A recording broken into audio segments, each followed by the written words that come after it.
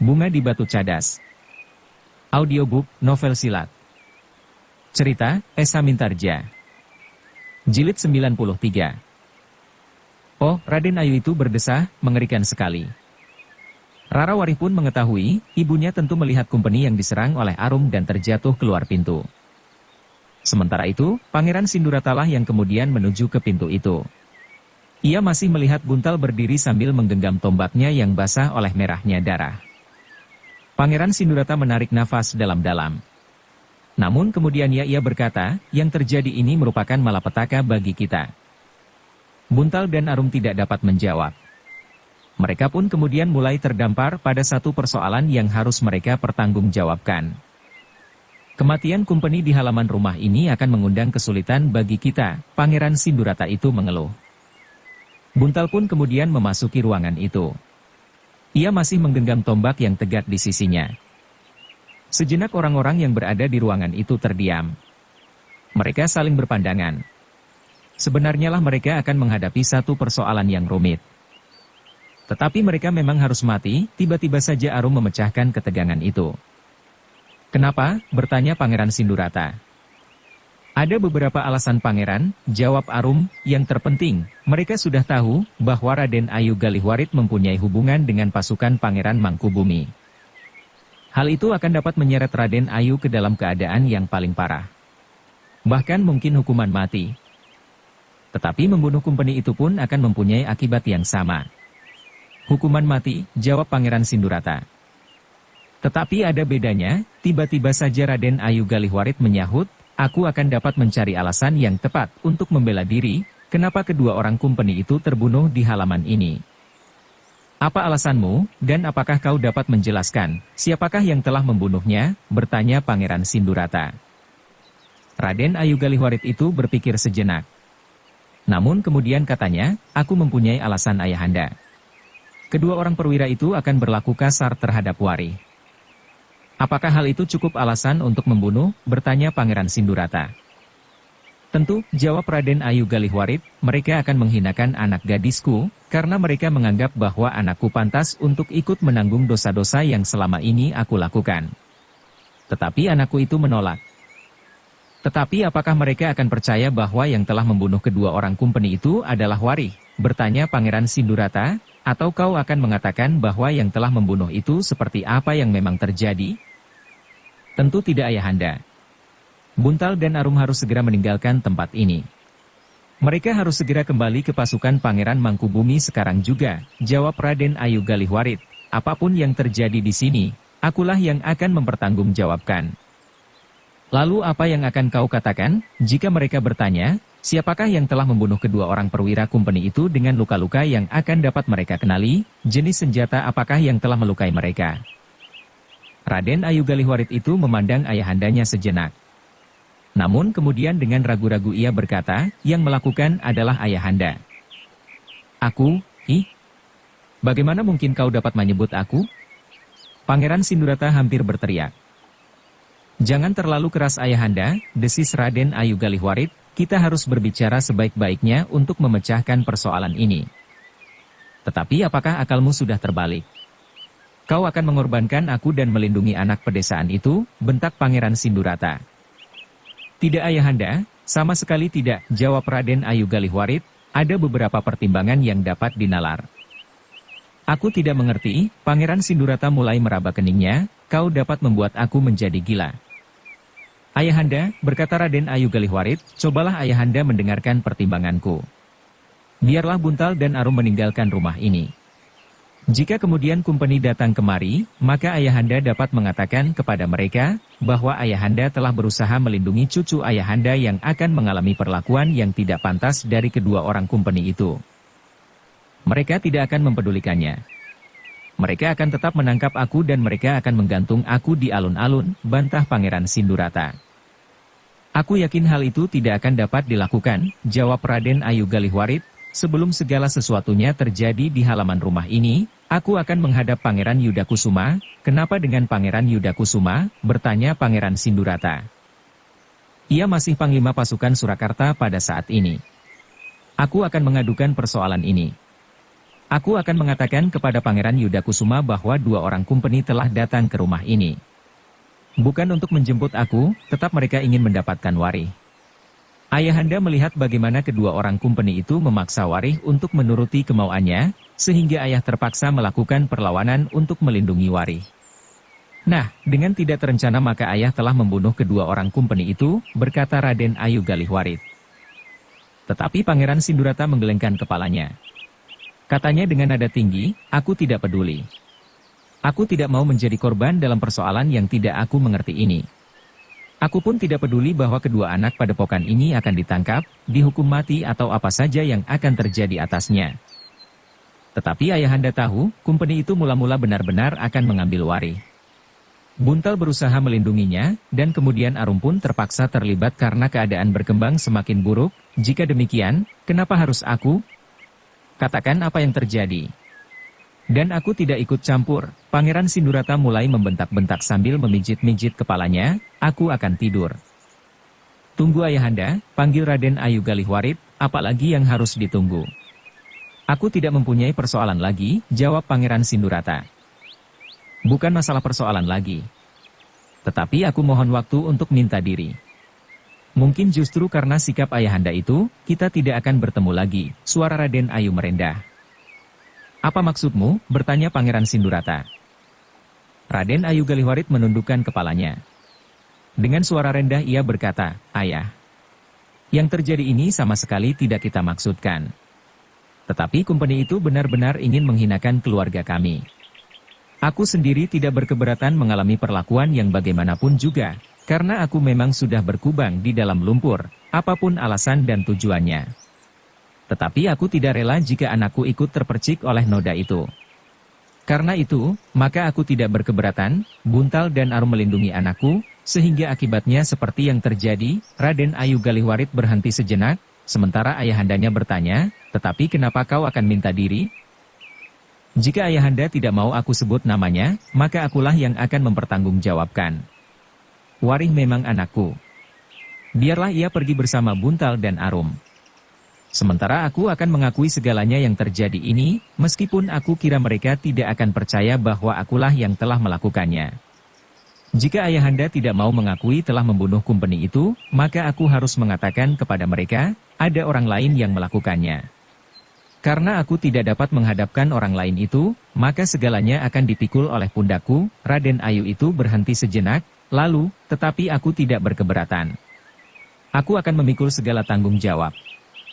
Jika kau akan dapat membebaskan aku dari segala tuntutan hukum kumpeni, kenapa kau tidak dapat melakukan atas dirimu sendiri? Bertanya Pangeran Sindurata, atau, kenapa kau tidak memberikan keterangan apa adanya? Berbeda ayahanda. Jika ayahanda mengaku membunuh mereka, maka hal itu sangat mungkin. Sementara ayahanda, mempertahankan kehormatan keluarga ayahanda. Tetapi jika aku menyebut nama lain, dan aku tidak dapat membuktikannya, maka persoalannya akan berkembang, sehingga mungkin sekali akan sampai kepada dugaan-dugaan yang berhubungan dengan pasukan Pangeran Mangkubumi, seperti yang dengan tiba-tiba telah tercetus di benak kumpeni yang terbunuh itu. Gila, geram Pangeran Sindurata, sudahlah ayahanda. Aku hanya ingin mohon diri. Cucu ayahanda juga akan mohon diri, karena ia akan pergi ke tempat yang belum pasti dapat memberikan perlindungan kepadanya. Aku akan menghadap Mayor Bilman. Aku akan menyerahkan diri kepadanya. Apapun yang akan dilakukannya. Anak setan, umpat Pangeran Sindurata, kenapa kau tidak pergi ke Pangeran Yudakusuma? Jika ayahanda mau menyelamatkan kami. Pangeran Yudakusuma harus mengambil keputusan lebih dahulu sebelum kumpeni mengambil tindakan, jawab Raden Ayu Galihwarit. Oh, anak setan, Pangeran Sindurata itu telah memukul-mukul keningnya, kepalaku pusing. Aku hampir menjadi gila. Pangeran itu berhenti sejenak. Namun kemudian ia membentak, apa kau akan membiarkan dirimu digantung? Aku tidak mempunyai pilihan lain, jawab Raden Ayu itu, dan selesailah segala persoalan yang menyangkut diri Raden Ayu Sontrang yang cantik dan membuat beberapa orang perwira kumpeni menjadi gila. Rakyat Surakarta pada saatnya akan berbondong-bondong pergi ke alun-alun. Melihat tubuhku tergantung di tiang gantungan. Satu-satu mereka akan lewat di bawah tubuhku sambil meludah ke tanah. Kau tidak mau diperlakukan demikian. Karena itu kau minta akulah yang digantung itu, geram Pangeran Sindurata. Tidak ayahanda. Biar aku saja yang digantung. Aku lebih senang digantung. Aku lebih senang digantung oleh Mayor Bilman daripada orang lain, jawab Raden Ayu Galihwarit. Pangeran Sindurata menggeram. Namun kemudian ia terduduk lesu sambil berkata, pergilah ke Pangeran Yudakusuma. Katakan, akulah yang telah membunuh kedua orang asing itu. Ayahanda, desis Raden Ayu Galihwarit. Pangeran Sindurata menarik nafas dalam-dalam. Katanya, iya. Aku akan mengatakan kepada siapapun juga, bahwa akulah yang telah membunuh mereka. Raden Ayu Galihwarit pun kemudian berlari dan berlutut di kaki ayahandanya. Tiba-tiba saja ia menangis. Dengan suara terputus-putus ia berkata, tidak. Ayahanda sudah terlalu tua untuk melibatkan diri dalam keadaan seperti ini. Sudahlah, suara Pangeran Sindurata justru menjadi sareh, pergilah ke Pangeran Yudakusuma. Katakan seperti yang ingin kau katakan. Cepat, sebelum sais kereta itu mengerti, apa yang terjadi.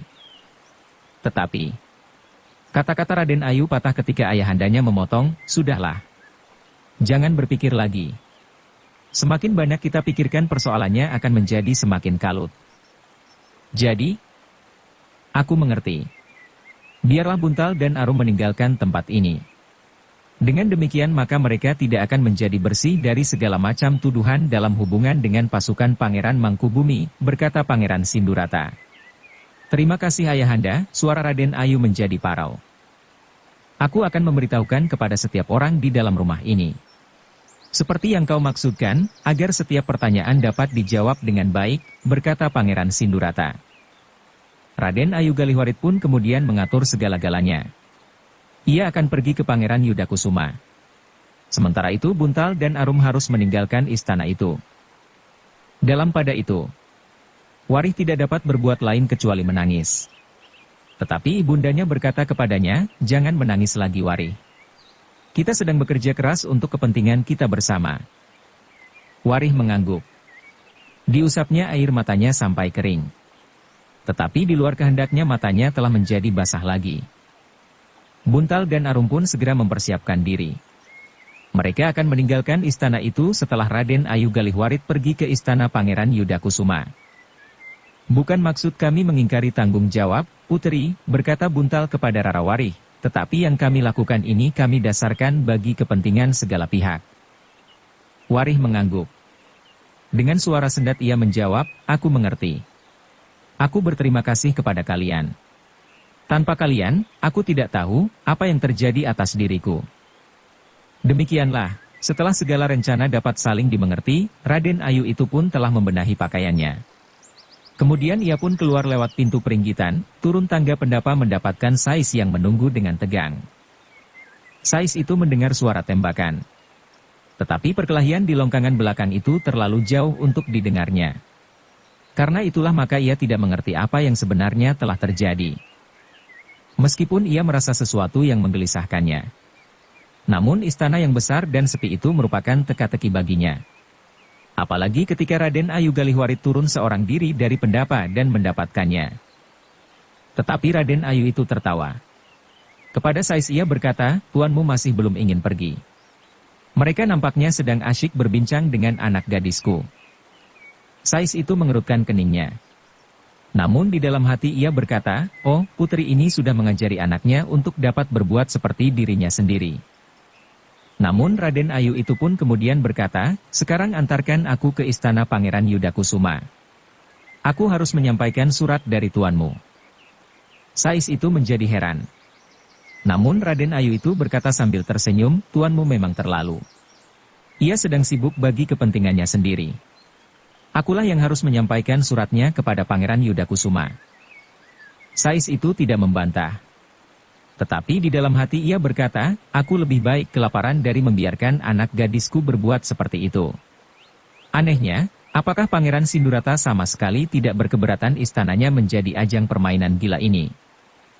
Namun ketika Raden Ayu Galihwarit itu sudah berada dalam kereta, maka kereta itu pun berderap meninggalkan halaman istana itu.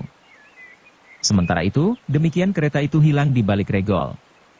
Buntal dan Arum pun segera minta diri, hati-hatilah, Pangeran Sindurata justru berpesan kepada mereka sehingga kedua anak muda itu menjadi segan. Namun Buntal telah menjawabnya, hamba pangeran. Hamba berdua akan berhati-hati. Agaknya suasana akan segera menjadi panas, sejenak kemudian kedua anak muda itu pun telah meninggalkan halaman istana Pangeran Ranakusuma. Dengan cepat tetapi tidak segera menarik perhatian orang lain, keduanya langsung menuju ke jalur jalan yang seharusnya mereka lalui. Kita harus segera meninggalkan kota, berkata Buntal, dalam pengusutan yang kasar, mungkin 1-2 orang di istana itu akan mengaku dan mengatakan apa yang sebenarnya terjadi. Jika hal itu benar-benar terjadi demikian, mungkin sekelompok prajurit akan mengejar kita dengan marah. Aku masih membayangkan apa yang terjadi di istana itu. Mungkin Kumpeni mengambil sikap kasar terhadap Raden Ayu Galihwarit dan Rarawari, jawab Arum, hampir saja aku mohon kepada Raden Ayu, agar Rarawari diperkenankan pergi keluar kota bersama kami. Namun kepergiannya tentu akan menimbulkan kecurigaan pula kepada Kumpeni. Buntal mengangguk-angguk. Katanya, yang terjadi dengan tiba-tiba itu memang dapat menyulitkan Raden Ayu. Tetapi jika Raden Ayu berhasil dengan rencananya, dan Pangeran Sindurata teguh dalam sikap, aku kira memang akan dapat diatasinya. Arum mengangguk-angguk. Namun mereka berdua itu pun sadar, bahwa mereka harus memperhatikan diri mereka pula. Karena itulah, maka keduanya pun berjalan semakin lama semakin cepat. Semakin jauh dari kota, maka keduanya pun merasa, bahwa tidak lagi banyak orang yang memperhatikannya. Namun dalam pada itu, Buntai pun bertanya, kenapa kau dengan kain panjangmu? Sobek sampai sejengkal, desis Arum, untung hanya selembar, sehingga tertutup oleh lapisan di dalamnya. Buntal menarik nafas dalam-dalam. Yang terjadi di istana itu memang mendebarkan. Bahkan penyelesaiannya pun tentu akan menegangkan pula. Dalam pada itu, Raden Ayu Galihwarit yang mempergunakan kereta Kumpeni yang terbunuh di rumahnya, telah memasuki istana Pangeran Yudakusuma. Ternyata kedatangannya telah mengejutkan pangeran yang kebetulan ada di istananya itu. Kedatangan Raden Ayu sangat mengejutkan aku, berkata Pangeran Yudakusuma. Raden Ayu Galihwarit menarik nafas dalam-dalam. Ia sadar, bahwa Pangeran Yudakusuma adalah seorang pangeran yang berhati teguh. Raden Ayu pun tahu, bahwa Pangeran Yudakusuma adalah satu di antara 2 orang yang bertempur melawan Pangeran Ranakusuma di saat terakhir, dan bahkan pangeran itu telah dilukai pula oleh Pangeran Ranakusuma. Aku mempunyai satu kepentingan yang tidak dapat ditunda lagi pangeran, desis Raden Ayu. Pangeran Yudakusuma memandang Raden Ayu Galihwarit dengan pandangan yang aneh. Sebenarnya lah pangeran itu tidak senang terhadap sikap Raden Ayu Galihwarit sebagai seorang perempuan yang berdarah luhur di Surakarta. Hal itu pun disadarinya pula oleh Raden Ayu Galihwarit. Namun ia sudah mengatur diri di sepanjang perjalanan dari istana Pangeran Sindurata sampai ke istana Pangeran Yudakusuma. Raden Ayu Galihwarit sudah merancang apa yang akan dikatakan. Ia akan menjawab dengan pengertian yang sudah dianyamnya sebaik-baiknya. Dalam pada itu, Pangeran Yudakusuma pun bertanya pula, apakah keperluan Raden Ayu itu? Dan kenapa Raden Ayu harus menyampaikan keperluan Raden Ayu itu kepadaku? Pangeran, suara Raden Ayu menurun, aku mohon keadilan. Keadilan? Kenapa kepadaku? Aku adalah seorang panglima perang. Bukan seorang yang harus menengahi persoalan dan memutuskan perkara, berkata Pangeran Yudakusuma. Justru karena pangeran adalah panglima perang, jawab Raden Ayu, karena persoalannya menyangkut hubungan dengan Kumpeni. Wajah Pangeran Yudakusuma berkerut. Dengan nada datar ia berkata, tidak semua persoalan dengan Kumpeni aku dapat ikut campur. Aku hanya dapat ikut berbicara tentang persoalan keprajuritan. Tidak tentang prajurit Kumpeni itu sendiri. Terasa betapa tajamnya kata-kata Pangeran Yudakusuma itu di telinganya. Namun Raden Ayu sudah siap menerimanya. Bahkan yang lebih tajam dari sindiran itu sekalipun. Dengan sareh Raden Ayu menjawab, Pangeran. Aku tidak tahu. Apakah persoalan yang aku hadapi ini persoalan keprajuritan atau persoalan prajurit Kumpeni itu sendiri? Tetapi masalahnya akan dapat menyangkut hubungan antara Kumpeni dan Surakarta. Persoalan yang menyangkut Raden Ayu, bertanya Pangeran Yudakusuma dengan wajah berkerut. Raden Ayu Galihwarit menarik nafas dalam-dalam. Ia memang harus menahan hati. Jawabnya kemudian, Pangeran. Dengan tidak direncanakan lebih dahulu, 2 orang kumpeni terbunuh di rumahku. Pangeran Yudakusuma terkejut sehingga ia bergeser maju, apakah aku tidak salah dengar? 2 orang kumpeni terbunuh di istana Pangeran Sindurata? Ya Pangeran, jawab Raden Ayu sambil menundukkan kepalanya. Siapakah yang telah membunuhnya? Bertanya Pangeran Yudakusuma. Ayahanda, Pangeran Sindurata, jawab Raden Ayu Galihwarit. Pangeran Sindurata, Pangeran Yudakusuma menjadi tegang. Ya Pangeran, jawab Raden Ayu Galihwarit pula. Dalam persoalan apa? Apakah Pangeran Sindurata marah melihat tingkah mereka dalam hubungan mereka dengan Raden Ayu? Atau apa? Desak Pangeran Yudakusuma. Raden Ayu itu termangu-mangu sejenak. Namun akhirnya ia pun menceritakan apa yang telah terjadi di istana Pangeran Sindurata menurut rencananya. Raden Ayu dapat mengatakan dengan jelas seakan-akan memang terjadi seperti yang dikatakannya itu. Pangeran Yudakusuma mendengarkan pengaduan Raden Ayu Galihwarit itu dengan sungguh-sungguh. Persoalan ternyata tidak seperti yang diduganya. Pangeran, berkata Raden Ayu Galihwarit, aku menyadari bahwa aku sendiri sama sekali sudah tidak berharga. Demikian pula di hadapan Ayahanda Pangeran Sindurata. Ayahanda tidak peduli lagi apapun yang terjadi atasku. Juga seandainya aku mati di pinggir jalan, Ayahanda tidak akan menyesalinya. Raden Ayu itu terdiam sejenak, lalu, tetapi yang terjadi itu adalah usaha pelanggaran kehormatan seorang gadis, cucu Ayahanda Pangeran Sindurata. Itulah sebabnya, maka Ayahanda menjadi marah. Dan tidak dengan peringatan apapun, Ayahanda telah menyerang kedua orang kumpeni itu. Wajah Pangeran Yudakusuma menjadi tegang. Namun hampir di luar sadarnya berkata, persoalannya memang akan dapat menyangkut banyak pihak. Tetapi Raden Ayu pun tidak akan dapat menyangkut banyak pihak. Tetapi Raden Ayu pun tidak akan dapat melemparkan tanggung jawab atas peristiwa ini, meskipun dari sudut yang berbeda. Jika gadis itu bukan anak perempuan Raden Ayu, aku kira kumpeni itu pun akan bersikap lain, karena kumpeni itu sudah terbiasa bergaul dengan Raden Ayu. Jantung Raden Ayu Galihwarit bagai ditusuk dengan sembilu. Betapa pedihnya. Tetapi dengan tabah ia menjawab, aku mengerti Pangeran. Salah satu sebab tentu karena kelakuanku sendiri. Tetapi ternyata bahwa anak perempuanku mempunyai pendirian yang lain. Ia membenci aku karena cara hidup yang aku tempuh selama ini. Dan kumpeni itu tidak mau tahu. Apa yang dilakukan? Bertanya Pangeran Yudakusuma, seorang di antara kedua orang kumpeni yang datang ke rumah itu. Telah berusaha melanggar kehormatan anak gadisku. Ketika anak gadisku berteriak, maka Ayahanda Sindurata mendengarnya, jawab Raden Ayu Galihwarit. Apa yang Raden Ayu lakukan? Bertanya Pangeran Yudakusuma. Aku mencoba melindungi anak perempuanku. Tetapi kumpeni yang seorang telah memegangi aku.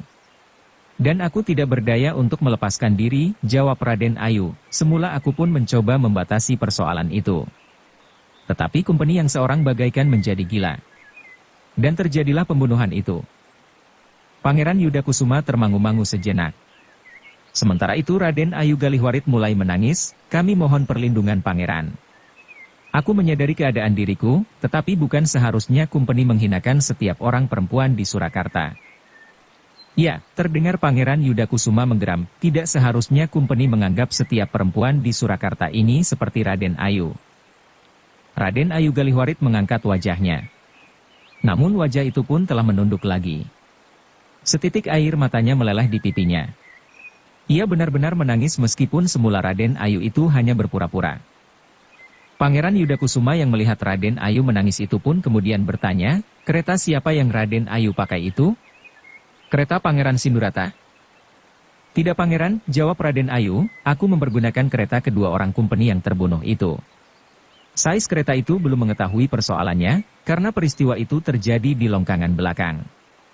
Sebenarnya lah kumpeni itu telah memburu anak gadisku sampai ke ruang belakang, karena anak gadisku berusaha untuk melarikan diri. Pangeran Yudakusuma berpikir sejenak. Bagaimanapun juga ia juga merasa tersinggung atas sikap kumpeni itu. Karena itu, maka Pangeran Yudakusuma berniat untuk bertemu dengan Pangeran Sindurata. Pangeran tua itu adalah seorang pangeran yang mempunyai hubungan yang dekat pula dengan kumpeni. Jika ia membunuh kumpeni, maka tentu ada alasan yang khusus, yang mungkin benar seperti apa yang dikatakan oleh Raden Ayu Galihwarit. Karena itu, maka Pangeran Yuda Kusunia itu pun menganggap persoalan itu bukan persoalan yang dapat dengan mudah diputuskan, bahwa karena seseorang telah membunuh Kumpeni, maka ia akan dihukum gantung. Apalagi persoalannya menyangkut seorang pangeran di Surakarta. Baiklah Raden Ayu, berkata Pangeran Yuda Kusuma, aku akan melihat keadaan di istana Pangeran Sindurata. Silahkan Pangeran, aku hanya dapat mengucapkan terima kasih, desis Raden Ayu Galihwarit. Mungkin Pangeran sudah mengetahui sifat-sifat ayahanda. Ia cepat menjadi marah. Demikian pula menghadapi kedua orang Kumpeni itu. Pangeran Yuda Kusuma menarik nafas dalam-dalam. Ia memang mengenal sifat-sifat Pangeran Sindurata. Justru karena sifat-sifatnya itu ia seolah-olah tidak pernah mendapat tugas-tugas penting meskipun ia di masa mudanya adalah seorang prajurit yang mumpuni. Namun pada usianya yang semakin tua, ia tidak dapat menjadi senapati yang baik, karena ia terlalu cepat dipengaruhi oleh luapan kemarahannya, sehingga ia bukannya seorang yang dapat menguasai diri. Silahkan Raden Ayu mendahului, berkata Pangeran Yuda Kusuma, aku akan segera datang. Tetapi aku takut Pangeran, jawab Raden Ayu itu. Apa yang Raden Ayu takutkan, bertanya Pangeran Yuda Kusuma. Kumpeni. Mereka akan mempergunakan wewenang mereka. Bukan lagi berlandaskan pada keadilan, jawab Raden Ayu. Aku akan datang, Pangeran Yuda Kusuma menegaskan. Raden Ayu Galihwarit termangu-mangu sejenak. Namun ia pun kemudian berkata, baiklah Pangeran. Jika Pangeran menghendaki aku mendahului, aku akan mendahului. Silahkan, jawab Pangeran Yuda Kusuma. Bersambung ke jilid 94. Dukung kami dengan subscribe, follow, like, komen dan share. Terima kasih.